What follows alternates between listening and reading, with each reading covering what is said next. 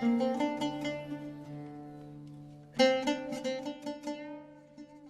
we have a little bit less than an hour for our discussion.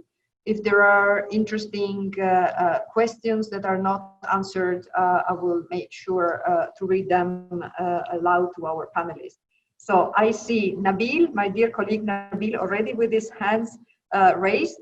So I'll start with Nabil. So please, you have the floor. Yes, thank you very much, dear Anna Paulini, my director, and thank you for all the panelists, all the participants. Today, we have discussed a very important issue, and maybe I'll refer to Arabic because I have did some questions, very quickly questions for all my dear colleague in the screen. First of all, أول شيء ممكن أنا بشكر جزيل الشكر كل مقدمين الأوراق، وعندي سؤال للبروفيسور أوست. ما هي الإجراءات التي يمكن أن يتم اتباعها لإحياء تطوير المدن التاريخية واقتصاديتها بطريقة مستدامة في ظل الظروف التي تمر بها المدن التاريخية أثناء انتشار فيروس كورونا، وأيضا للبلدان التي تتعرض إلى نزاع مسلح؟ هذا الأستاذ أوستر.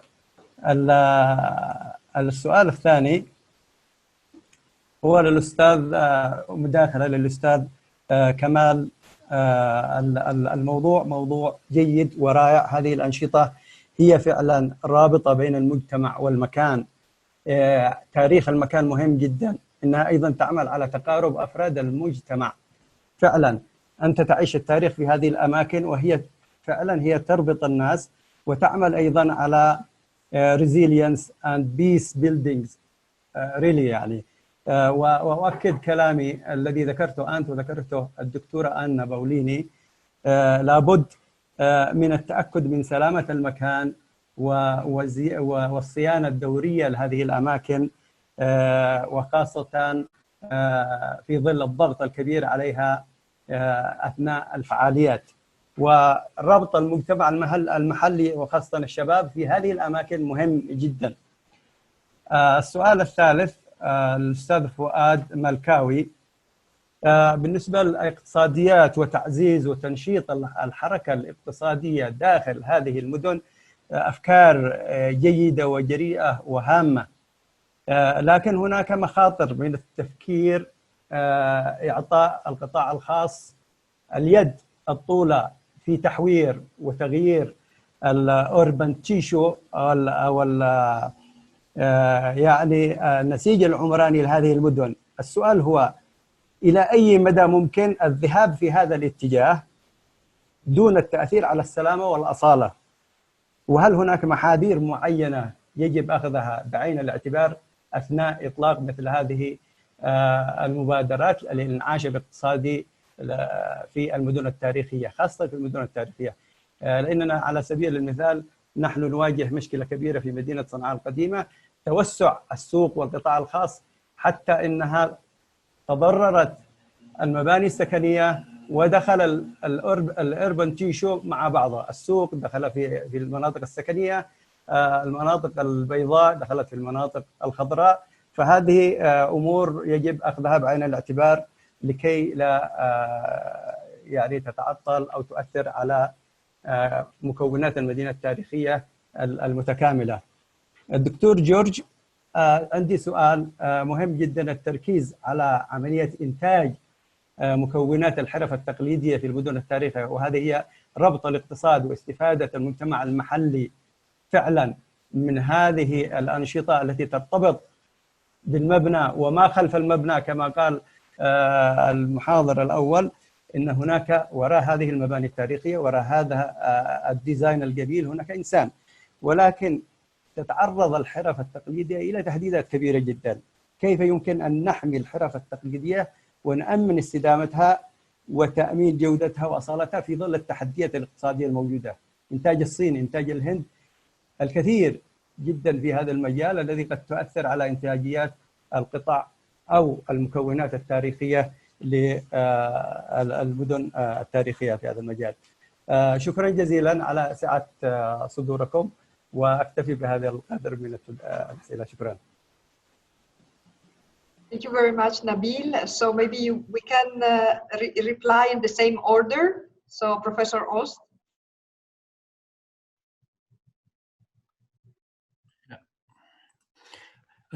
Yeah, thank you for the question. I think that we probably are in the process of a kind of shift in the paradigm that we have to see conservation, and especially urban conservation. It's really struck me when I listened to the successful investment in urban conservation, that they are mainly, and I think that Dr. Malkawi explained that very well. When we take the World Bank, initiatives, when we take everything that David Crosby and Donovan Ripkema work, these are mainly macro perspective on things, international in a way that is more oriented on tourism than on local visitors, and also with a important, if not a too important, involvement or intervention from the public authorities. So it's really depending on these conditions that basically were the conditions maybe 20 or 30 years before, when we largely rely on either money from the public institutions or money from the NGOs or the conservation international institutions.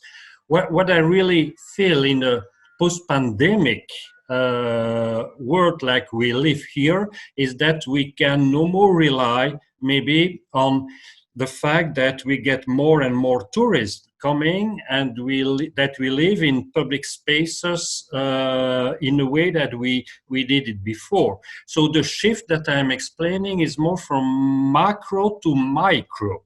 And we see that there will be also, in economic terms, a redefinition of the relocalization also of, you see, the creation of wealth and the creation of production. What does that mean? That means that we need the participation of the community, as Dr. Malkawi said, but not only as a driver, but as really managing the thing. And that requires a lot of skills and a lot of change. The experience that we have, for example, to Salerno, and I think that Anna understands what I say, is that the local authorities intervene a lot about that.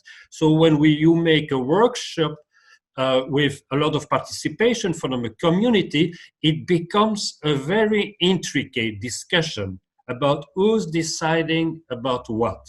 And this is important because this is about urban planning, this is about the strategy that we should have on a macro level, but it's important that there is a follow-up on an individual point of view, on a micro thing where people should develop skills as entrepreneurship. You know, a craftsman is an entrepreneur somewhere, and about defining the customer, and what I believe is that we really, I'm an economist, but I worked in a business school, that we go from a cultural economics to more a cultural management. We go from the economics of the heritage to the business of the heritage. And business is not a wrong word to say it. It's just that we need tools that train people, that help them to take some risk about that, and then manage the different crafts and the different skills they have in a way that we can basically have something more sustainable. Because the solution to that will be more closed loops, local things, recycle, cooperative economy and everything that we agree probably that these are part of the economy of tomorrow, but it's not yet, I think, there in terms of really perspective, or in terms of really willingness to do things, to confidence, I would say, maybe, or trust in a human-centered policies. Thank you very much. We'll jump to George, because you asked the floor to get immediately after to make some connection, and then we can pass to Kamal. Sorry, yes, if I may, just very quickly, because I think, Nabil, your question to me is I can kind of follow on from what Professor Ost was saying, because I think we fully agree with the importance of this entrepreneurial approach to craft. And what we have done in Egypt, for example, we established a center called the Atelier Cairo Art Jamil. And the Atelier is really almost like a startup incubator, but 100% focused on craft businesses. So the idea is that we provide some of the things that Professor Ossi were just saying around entrepreneurial training, access to finance, access to markets. We work with micro lenders, we work with banks, we work with online platforms like Amazon to give training and access to their platforms for craftspeople, in order to give these, I think, absolutely essential skills to the community of craftspeople in Egypt. Because to your question, Dr. Nabil, it's not enough, I think, for us to support craft simply for the sake of supporting craft. Crafts have to be engaged with the contemporary world from a business perspective and indeed from a design perspective. So we teach in the Jamil houses in Cairo and in Jeddah contemporary design inspired by tradition. And while on the one hand, if we're thinking about urban regeneration and the application of craft to restoration activities, that's necessarily deeply rooted in the tradition. The production of pieces for the marketplace and responses to touristic buyers, that has to have a contemporary style and feel, or at least an awareness of what is driving contemporary activities. And we don't see any paradox in applying traditional arts through a contemporary lens. So just apologies for jumping in and ruining the order to the chair, but I just wanted to follow in because I think what Professor Oswi was saying fully aligns with our philosophy at Art Jamil. Thank you. Thank you very much. There are still two questions to Kamal. Maybe if you want to reply first. Sure. About the choice of intangible act to put on a festival, I think there should be something called like smart programming, in a way that the smart programming it's not just about the style of the music to be presented and its links to the heritage and the history or the local culture, but also about the technical aspect of the presentation and what that show requires. For example, I mean, I don't mind on a site like a Roman theater presenting a jazz band, but what size of a jazz band and how much the theater can take. I will not present a 50-piece band. Maybe those kind of parameters should be studied.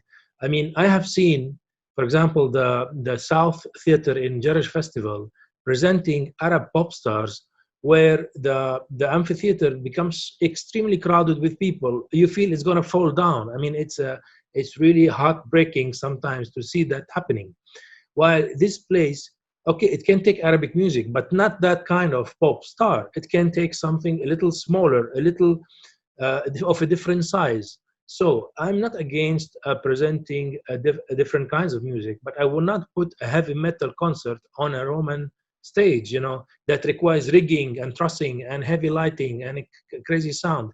Even putting artificial sound in those sites, the vibration of the sound can actually move big stones, you know. So we have to consider a lot of things And again, I repeat, technical things, what this place can take. So there should be smart programming. There should be information giving to the organizer that this place can take only this and this and that. More than this, you are damaging the place. So there is a lot to be done in this aspect, I think, as well as also on the seating side of the places.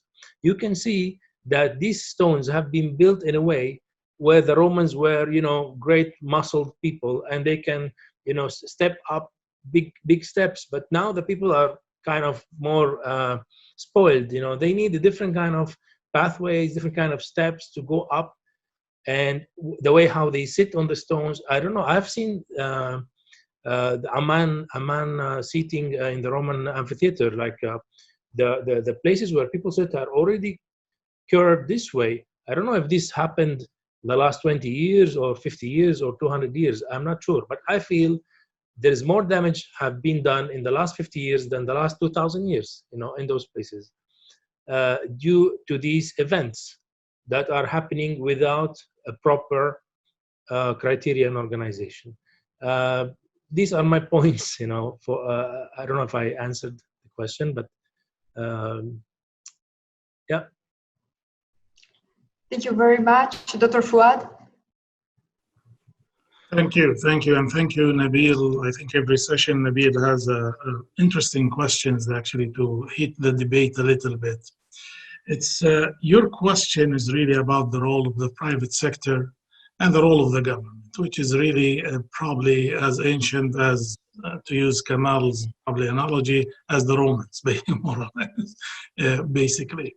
And this is not really a question about heritage in particular. I'm an urban planner. I work with cities on city services, and this is really the balance, how to get this relation work better for the benefit of the residents of the city is really the critical balance. I can tell you, I mean, I worked in Canada and the USA on similar projects, and I can tell you about actually the debate that takes place in a room between the developer and the NGOs that are trying to protect a tree or a heritage site, or even actually a pattern of life.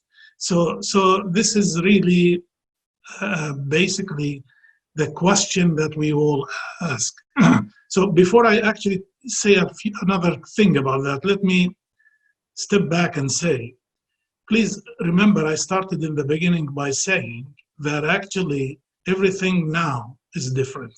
So what I was talking about is really pre-January 2020. I mean, I'm gonna probably after this session, I have at least 2 sessions where we're discussing the new normal and the new reality in cities because of the coronavirus. So the key thing here is the fact that everything we know is under scrutiny now. It's like we defended density so much. Now we're discussing, is density good or bad, and how to control it. I talked a lot about bringing the critical masses. Now actually this is an issue that is under discussion. So the whole debate, the whole narrative now is focused on the fact that hopefully one day we'll go back to what things were before, probably with few measures, not really to do a drastic change, because actually the status we are in these downtowns took about hundreds of years to get there. We responded to various pandemics, we responded in the history of cities, we responded to various wars, to various crises, and actually the fields of knowledge that we have are a product of these various things. So to come back to the question, whether actually if we survive this crisis and come back to the normal, this relation between private and public is actually is gonna always be a question, and we will need to come up with it. My take on this, to come up with the answers to it, my take on it, there is no business for the government really to be the investor, to be actually, how do I put it, the key player there. The government's role is a regulator. Their role is really to put the boundaries for the various players. There are various players on the table. It's not only the private sector. The community is a major player. The government's role is really to put the rules of the games so that actually everybody is on board. But actually, as probably Professor Ost said, where the money is going to come from. In certain places, it is actually coming from the national government, the cases I mentioned in Saudi Arabia. However, this study came because the Saudi government was saying, what are the economic impact? Why are we investing so much money? So in other cases, like in Karachi, it is a World Bank money, but it's still a government money because it's a loan, and similarly in Lebanon. However, to be honest with you, what I'm looking now at in Karachi is the only success story that I've seen in that city, which is really initiated and run by a community-based group. It's not really by the World Bank. It's not really by the UN. It's not really by the government. It is actually a community-based who were able to bring some donors on board from business people within the city who have actually interest in that. That emphasizes really where the point that I probably emphasized toward the end, which is actually who are the people and the members of the community of the place. Who are they? How can we engage them? How can they be on board from the very beginning? In that sense, you bring a party that is probably interested in the place, more interested in the place from anybody else. At the same time, the party that's going to bring life to this place as well. So if they are actually, they come to that, if we come to that actually knowledge, then probably our initiative will be more successful. I have to tell you that in this case, we are learning from this community-based group in Karachi to implement actually on street sweeping, believe it or not, because after the coronavirus problem, cities don't even have budget to really clean the streets, cities like that. So we're actually trying to learn how this community-based can be initiated again in order for them to clean up the place, not really do the initiative that they were doing. So that's the key point here is this relation is really need to be calibrated, and everybody needs actually certain role to play that is defined and overseen by, as I say, the regulator in this particular case would be probably the government. The World Bank and other donors would come with money and then leave. It is actually the community that has to work out how this thing can be sustained and function as well. Thank you. Thank you very much, Dr. Fuad. I don't know if there is another of the panelists that would like to take the floor. If not, I would read one of the questions in the chat box. Let me know if you want to have. Okay. Picking up on what you were just mentioning, Dr. Fuad, I mean, to get this lens and say the COVID, in COVID, post-COVID, and looking at this. The Miriam is mentioning, how can we work to protect our ancient site from gentrification and museeification? Coronavirus decreased the request coming from the industry of tourism, and now it's a nice thing for the preservation of heritage. But how can we make this opportunity into a rational development and a sustainable one? So I launch it to the panel. I don't know if Dr. Fuad, you would like to reply to this, or as tourism, maybe Professor Ost.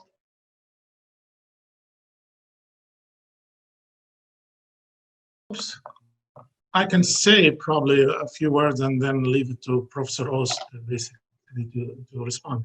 It's my words are not really going to be a response to the questions. Actually, I emphasize this question because, as I said, at this point, we are rethinking every practice that we had before COVID. We know that tourism is probably one of the sectors that was hit hard, basically, by this because of nobody wants to go anywhere.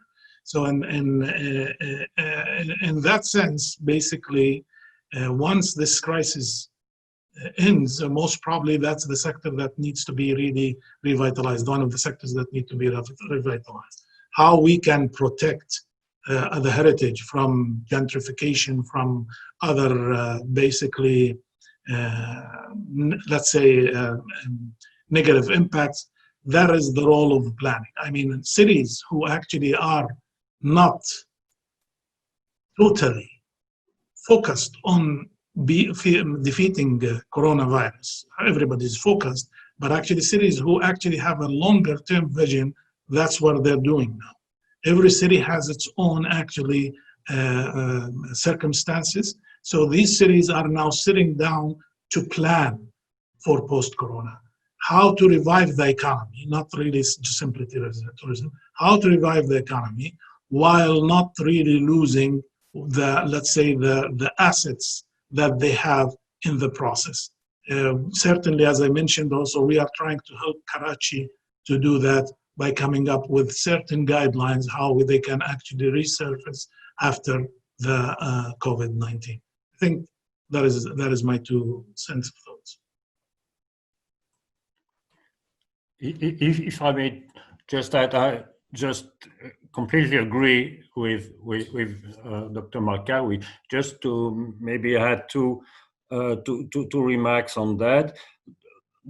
The first one is that the question about, you know, too much tourism or too less tourism is a question that has been always there. It's not very new. Tourism is never at the perfect equilibrium. You need more tourists at many places, and you get too much tourists at other places, and it's a question of balance. And of course, there is a lot of things done in the last years, including about managing historic cities and the guidelines by UNESCO and everything that are very useful and not completely implemented elsewhere, I must say so. It is just a technical question. The other one is that I think that tourism is not the problem. The problem is more about the externalities, about everything that tourism provides as positive things and as negative things.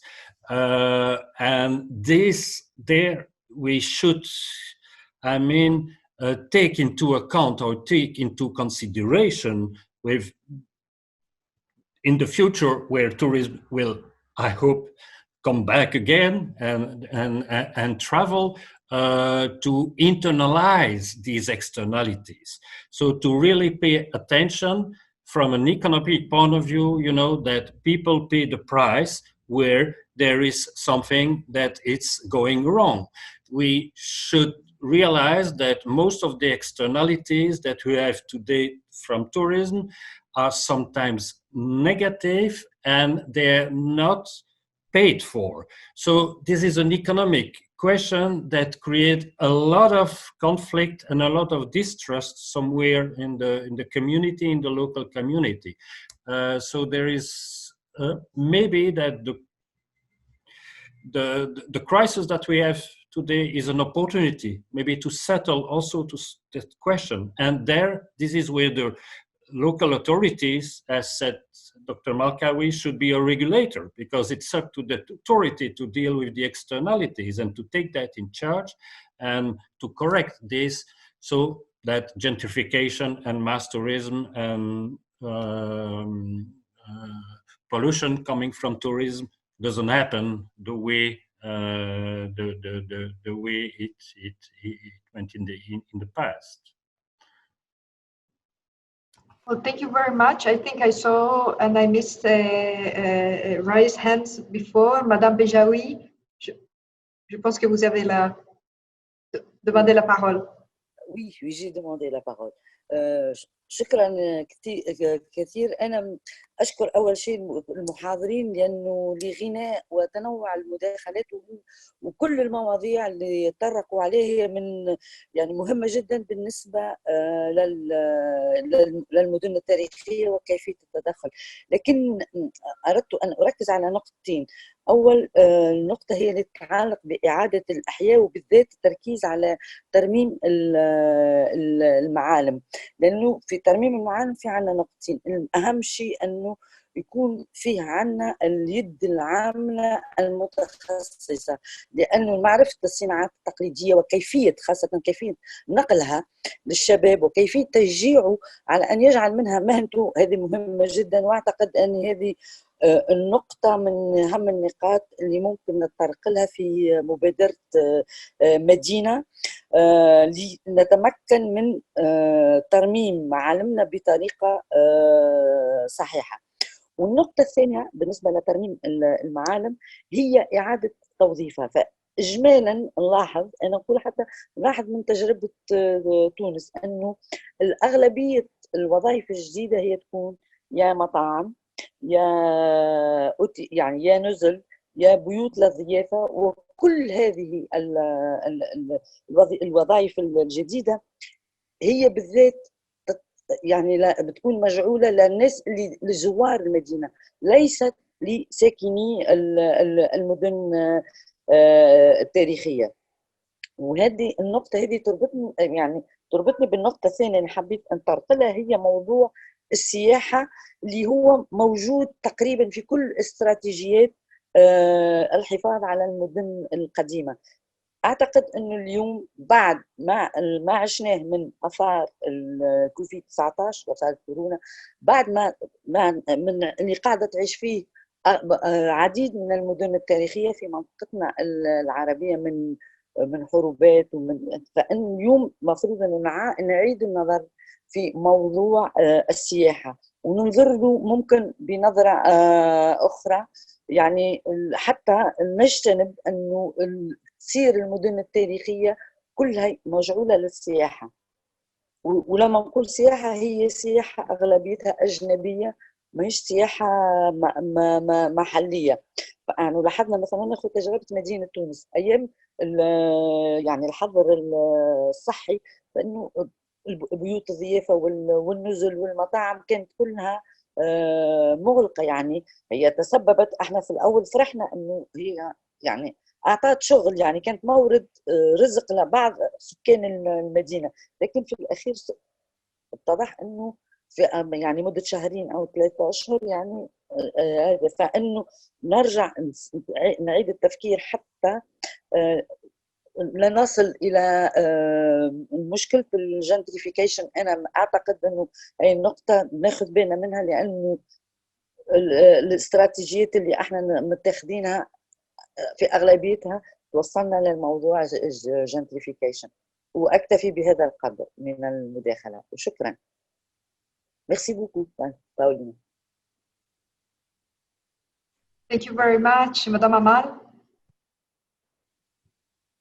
Thank you very much. وشكرا جزيلا لكم لهالمداخلات العظيمة القيمة. أنا بس بدي أحكي بموضوعين. بدي أحكي بموضوع الحرف التقليدية اللي فعلا أنا بحس بهالفترات اللي مرقنا فيها إنه التراث الثقافي الغير المادي حظه أقل من الاهتمام في مختلف الدول، وخاصة بالنسبة للحرف التقليدية. الحرف التقليدية حالياً عم بتعاني من اندثار في العديد من الحرف، وهذه مشكلة حقيقية إحنا بنواجهها، ولازم يكون في إلها اهتمام خاص، لأنه العديد من الحرف عم تندثر، أو إنه العديد من الحرف حالياً عم يتم إعادة استحداثها.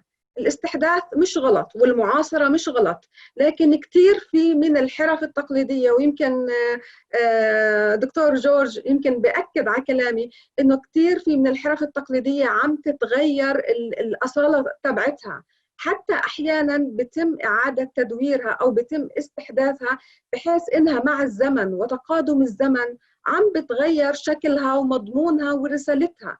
فبالتالي هذا تشكل خطر كبير كتراث مادي أو تراث غير مادي غير ملموس. هذا تهديد على أصالة هذه الحرف، وحتى الحرفيين القدامى اللي هم بيمتلكوا أصول هذه الحرف لا يتم الاهتمام فيهم. فهون في عنا اهتمام، أو في عنا مشكلة كبيرة إنه إحنا لازم نركز على الحرفيين نفسهم، على المعلمين بشكل أو بآخر باللغة العامية، المعلم اللي بيمتلك أصول الحرفة واللي بيعرف كيف أجت. هدول المعلمين إحنا لازم يكون في عنا توثيق لإلها. في التراث الطبيعي أيضا، فمثلا في عنا بناء السلاسل في التراث الطبيعي، مثلا في عنا في بتير عم بنلاقي صعوبة كبيرة في إيجاد المعلمين اللي بيبنوا السلاسل الطبيعية، الترسز كيف انبنت بشكل أصيل بشكل قديم. فإحنا بنستعرض هنا مشكلة إحنا لازم ناخد فيها بعين الاعتبار، ويكون لبرنامج مدينة دور كبير فيها في التركيز على الحرف الأصيلة، المنهجية لاستعادة الحرف الأصيلة وعدم استخدامها بشكل خاطئ، وعدم نقل الرسالة الخاطئة لإلها، وعدم تحريفها، عدم التزوير فيها، وعدم المبالغة بالمعاصرة لإلها.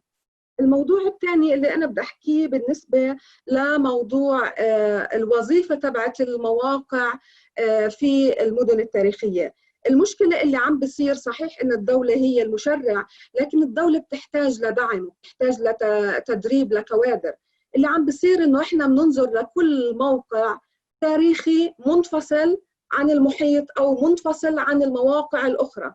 لازم يكون في خارطة للدولة بشكل عام. هذه الخارطة بتضمن وجود كافة المواقع التاريخية الموجودة فيها، ويتم وضع وظائف بحيث إنه تكون النظرة شمولية لكل الدولة، لا يتم النظر للمدينة بحد ذاتها أو للموقع بحد ذاته بمعزل عن ما يوجد فيها.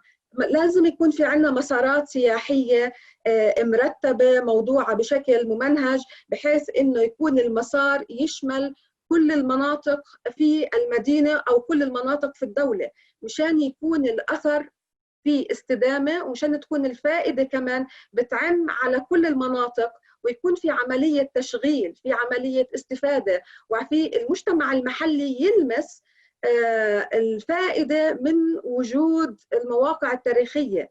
لكن بنفس الوقت احنا كمان ما نستغل الموقع التاريخي ونهلكه، او انه يكون في نوع من الاستثمار المالي او التركيز على العائد المادي، ومع تقادم الزمن يكون هناك في تأثير على أصالة الموقع. فلازم يكون في عملية توظيف مدروسة لكل المواقع التاريخية، خطة مدروسة لكل المواقع التاريخية، وعملية الصيانة الدائمة، لأنه إحنا بنركز على الترميم وبنطلع، بس ما بيكون هناك في عملية تركيز للصيانة. ولما بنتوجه للممولين بيكون توجهنا هو فقط مركز على إنه نجتذب التمويل لهذا المشروع، لكن لحتى نعمل له صيانة أو لحتى نعمل له ترميم، لكن ما بتكون هناك في فترة 5 سنوات من ضمن المقترح لحتى يكون في عنا عملية صيانة مستمرة، ولحتى إنه يكون كمان تدريب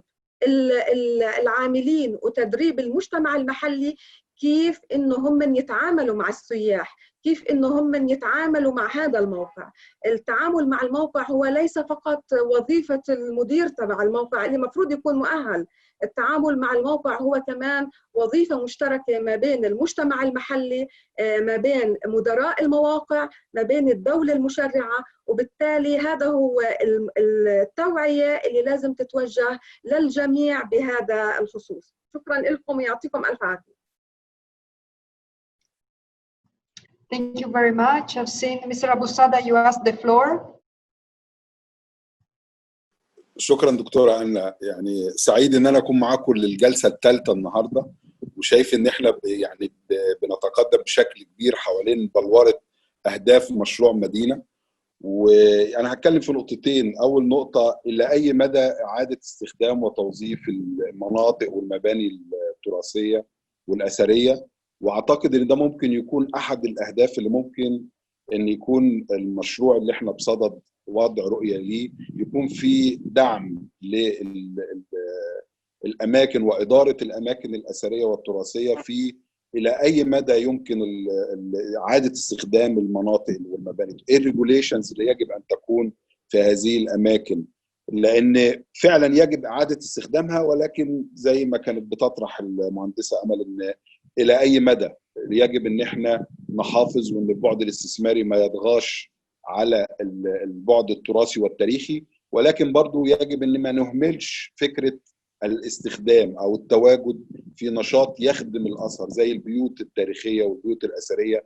اذا ما كانش فيها استخدام وما كانش فيها نشاط بيتواجد فيه، سرعان ما اعمال الترميم، ويمكن احنا جربنا ده وشفناه في مشاريع كتير، ان التطوير فقط وترميم المباني بدون استخدامها واحيائها بشكل جيد بيكون له مردود سلبي.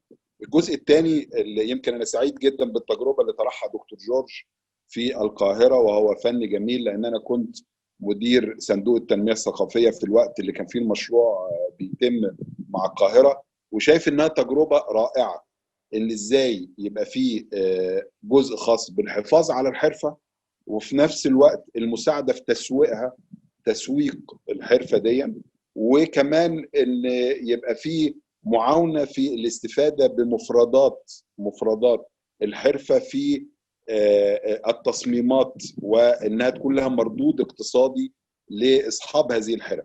فمشروع حرفه جميله بعتبر برضو انه ممكن يكون نواه لتكرار التجربه دي ودعمها بشكل افضل من خلال ازاي نوجد في البرنامج اللي احنا بصدد ان احنا نطرحه ان يبقى فيه دعم لفكره الحفاظ على الحرف، وفي نفس الوقت خلق اسواق جديده وافكار جديده وتصميمات تساعد على الحفاظ على مفردات الحرف ومفردات التراث اللامادي، وفي نفس الوقت يكون في فرصه لعائد استثماري وعائد مادي يعود على اصحاب هذه الحرف. وبشكركم جدا ان انا يعني معاكم النهارده للجلسه الثالثه. شكرا جزيلا. Thank you very much, Mr. Abu Sada, for your comments.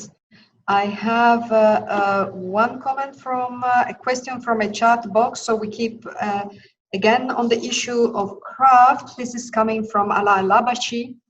So is it about the revitalization of the traditional craft practices in historic cities and the challenge to encounter modern technology and innovative approaches while the historic fabric and the spaces of the old workshop are not adequate enough to house such activities? Are there experiences we can refer in our own studies and attempts in historic Cairo? And I see that maybe George, I was seeing you moving your head, so maybe you can reply and take that one.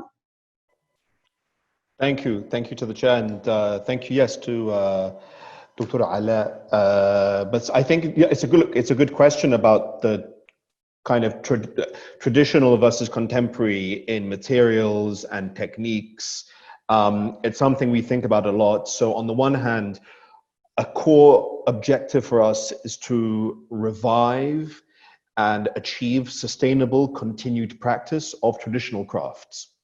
But on the other hand, we recognize that times are changing and there are differing requirements from the contemporary market and new technologies which can make production easier and more sustainable. So it's always going to be a balance between the two, especially to go back to what Professor Ost was saying earlier about the importance of achieving an entrepreneurial approach amongst craftspeople to the practice of their traditional art. If we take an individual craftsperson, he or she will be skilled and trained in the traditional way of making, say, ceramic bowls, ceramic plates. But is it necessarily wrong for that craftsperson to look to modern technologies to facilitate more efficient ways of making those bowls if it means that they'll be able to create a business which is sustainable and allows them to continue to practice that craft? Because oftentimes, I think we go back to what Madame Balshawi was saying about the problems with relying too heavily on the touristic market. And touristic tastes, let's be honest, sometimes tourists come and they're looking for a trinket, something relatively cheap to take home. And that's not enough to sustain the continued practice of heavily intensive, time-intensive, effort-intensive practice of the crafts. So we have to find models which work in both worlds. And I think maintaining an open mind and seeing across traditional divisions between tradition and contemporary, tangible and intangible, tourist facing versus local market facing, we have to move carefully between all of these different aspect points around the issue of craft in order to make it sustainable. I'd just like to pick up on something that Dr. Amel was saying earlier about the importance of making sure the craft is sustainable beyond, say, the donor's intervention to restore, say, a historic building. I think this is really a fundamental problem that is faced when we talk about craft, because to go back to my presentation just briefly, we think of craft going into one of two categories, either craft to support conservation and restoration of buildings, or craft to produce products for touristic markets. And I think we have to think far more long-term about how do we revive crafts in order to respond to local markets that aren't tied to the restoration of buildings and aren't necessarily tied to tourism, especially in the post-COVID world. In other words, how do we make sure that craft is sustainable in a contemporary way, responding to local markets? And that involves everything from new technologies through to access to new markets via online practices, teaching entrepreneurial skills, providing access to finance, many of the points that Professor Ost was saying earlier, but of course, keeping this ancient tradition of the practice of the crafts across different generations. And I think through those approaches, we hope that the crafts, as we all admire them and value them from a heritage perspective, can continue to be practiced in a sensitive way. Thank you. I see Kamal raising the hand, so please go ahead. I would like just to make a quick comparison between the traditional crafts, the inherited traditional crafts, and traditional music, because there is a really big similarity. Seeing music also as a craft, whether it's playing an instrument, a traditional instrument like the oud in Arab world, or playing the classical guitar in the Western world. So we in the music world, we have documented the traditional ways of playing these things. So if I want to know how to play a traditional oud, then there is a way to know it, because it has been documented with audio references, video references, and written music.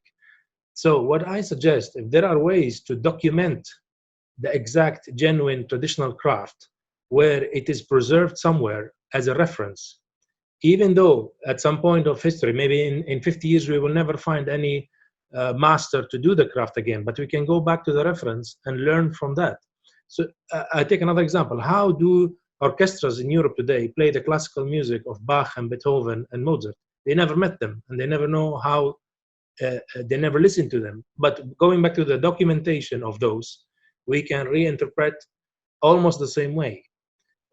So maybe if you take the traditional crafts, if you look at them in a similar logic and document them in video, in picture, in graphics, in text, and then you will have a maximum reference to go back to, just in case. Because I am for the development and for the using of new technologies and creating new versions and fusing of cultures, etc., etc. That's what I do in my music, and because that's what is selling. But sometimes we really need to go back to the exact tradition and give a hint of it or use it in a way or another. That was just a little comparison. Well, thank you very much. I mean, the time of almost closing is approaching, but I would like, before doing the final remarks by Dr. Zaki and so on, if the panelists can do a final remark, really 2 minutes on this topic that we have been discussed for almost the past 2 hours, so to sort of wrap up the conversation. I'll leave the floor, whoever wants to come first, maybe Professor Ost.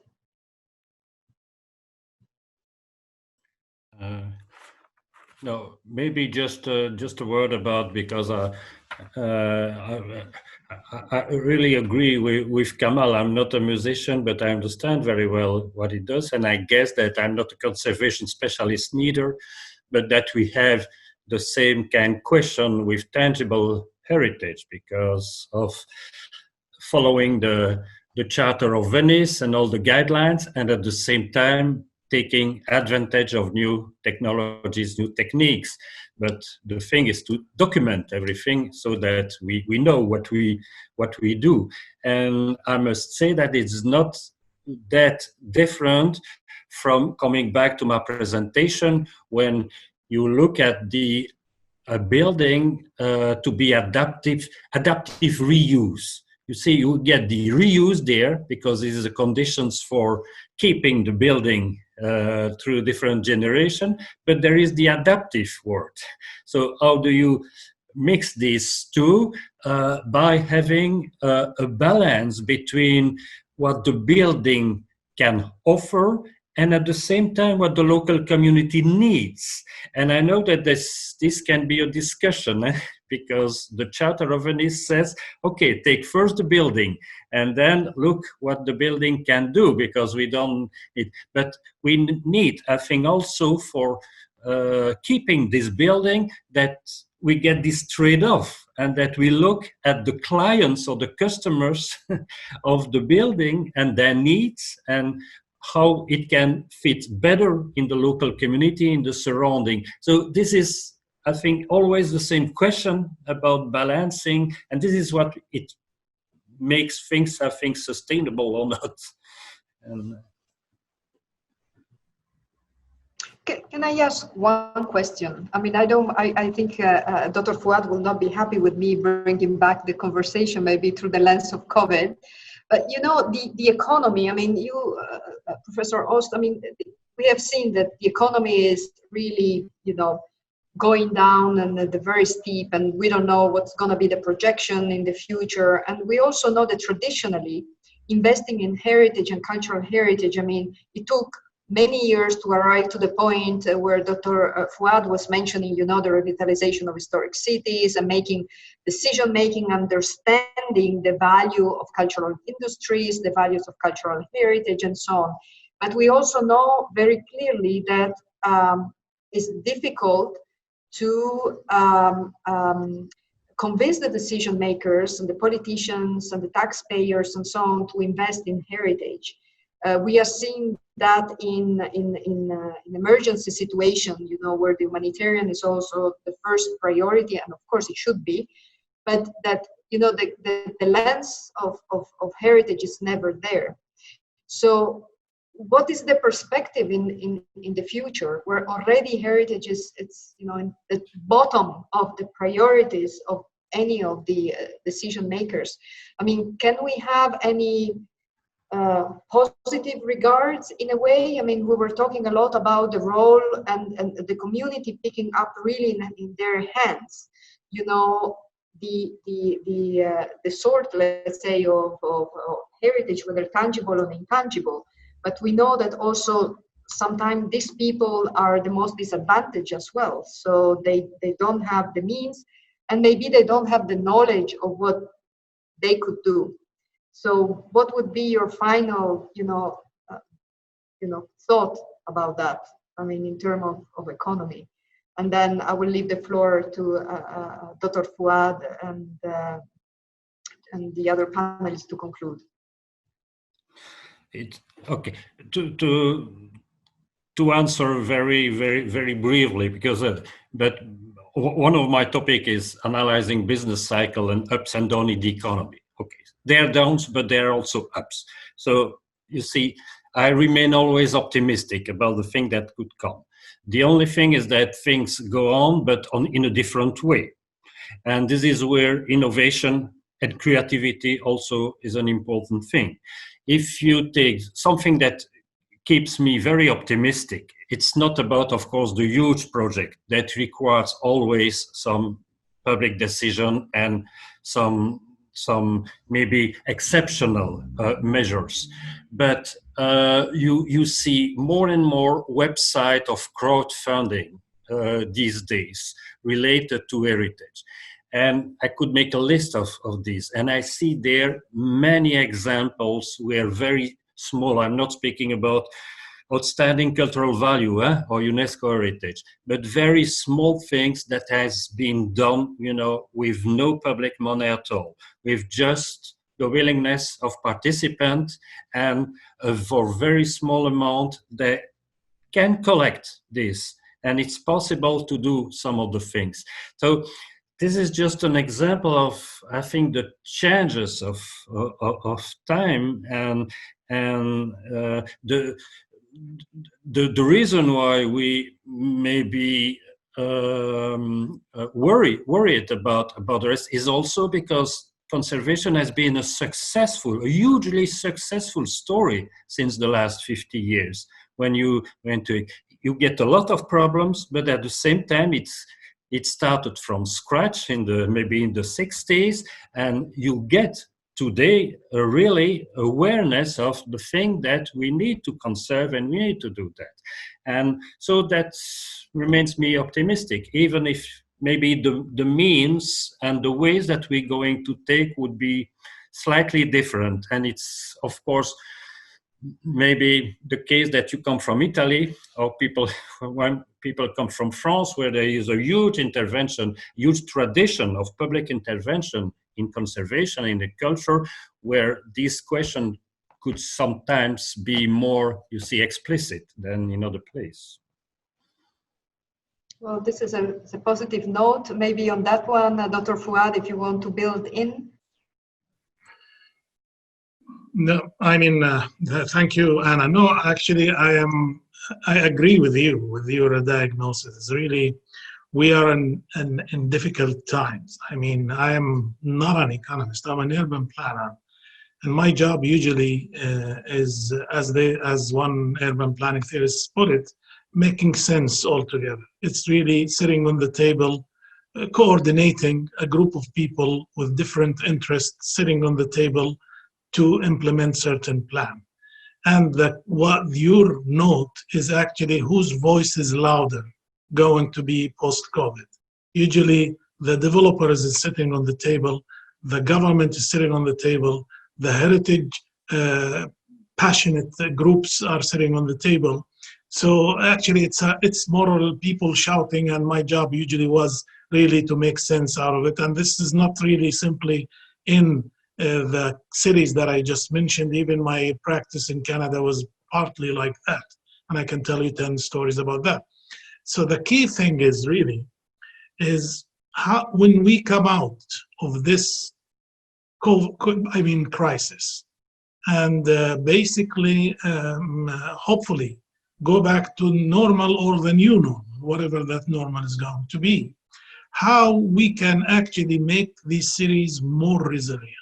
And by resilient, I actually mean also maintaining their history, their heritage, their past, while recovering from the economic crisis that is hitting them. And that is actually not something that anybody knows at this point. It's more of another planning exercise that needs to take place. And I go back to the point that I mentioned earlier, is that we come to this point in knowledge and in city development after several crises, whether it's war, whether it's pandemics, whether it's actually, redefining of country boundaries, whether it's colonization, post-colonization. We build a huge body of knowledge, and we have actually different techniques to deal with different, basically, crises. At this point, I think planning is what we need to resort to, because the fight is not going to be government and private sector. It's going to be really heritage versus a big corporation building a new project that actually going to bring a lot of money to the city in a time when the city needs it desperately. That's actually why I re-emphasize the community role, and I add to that probably the public awareness, because the government is weaker than fighting the developers. It's actually communities that should be strengthened to come up with a formula where they still can benefit from the economic development while maintaining their past and their history, basically in one way or another. Thank you. Well, thank you very much to all of you. Thank you for your participation and active listening as well on this very interesting debate. I think the word to move ahead is resilience. And thank you also for having been resilient to this past 2 hours of this, or 2.5 hours of this interesting debate. So thank you again, and I'm looking forward to see you in a week. May I add just one quick? Sure, quick sure. Yes. You know, the human being is very ambitious by nature, and we all see now, you know, the struggle to go to the moon and to Mars and the technology and NASA and going there. I just wonder when they arrive to Mars, how much heritage they're gonna find, or how long it will take them to build some, you know.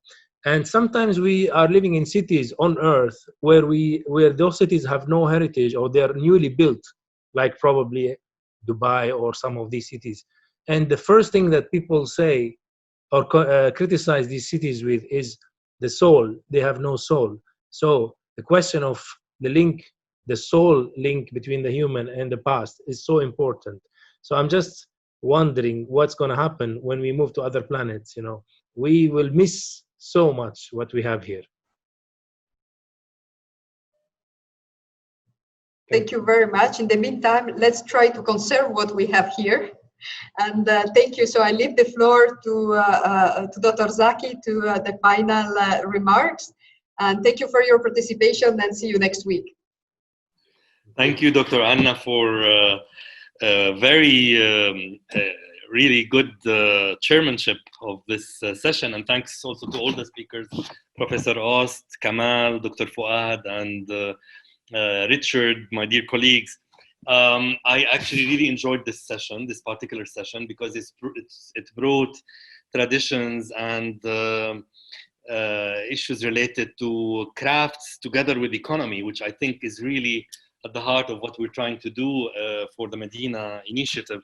I think we started by looking at talking about, you know, keywords, like started with Professor Ost, cultural capital, then livelihood, then community participation, which we always talk about. I mean, all these things are always important.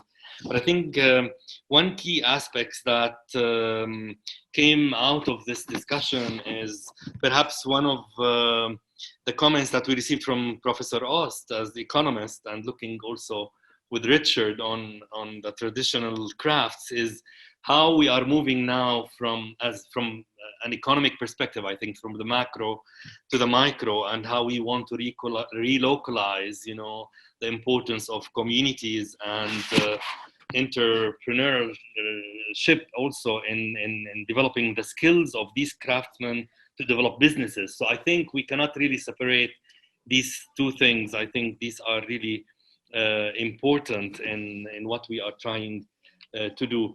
Then there were also comments related to talking about traditional crafts, but also traditional building crafts, which are important for our cities. We talked about partnerships and also the role of the different actors, the role of the government, the role Dr. Fuad referred to the regulatory role. But more and more, as we could have seen, and I think Kamal's last comment on the soul is really important, because that soul comes with people.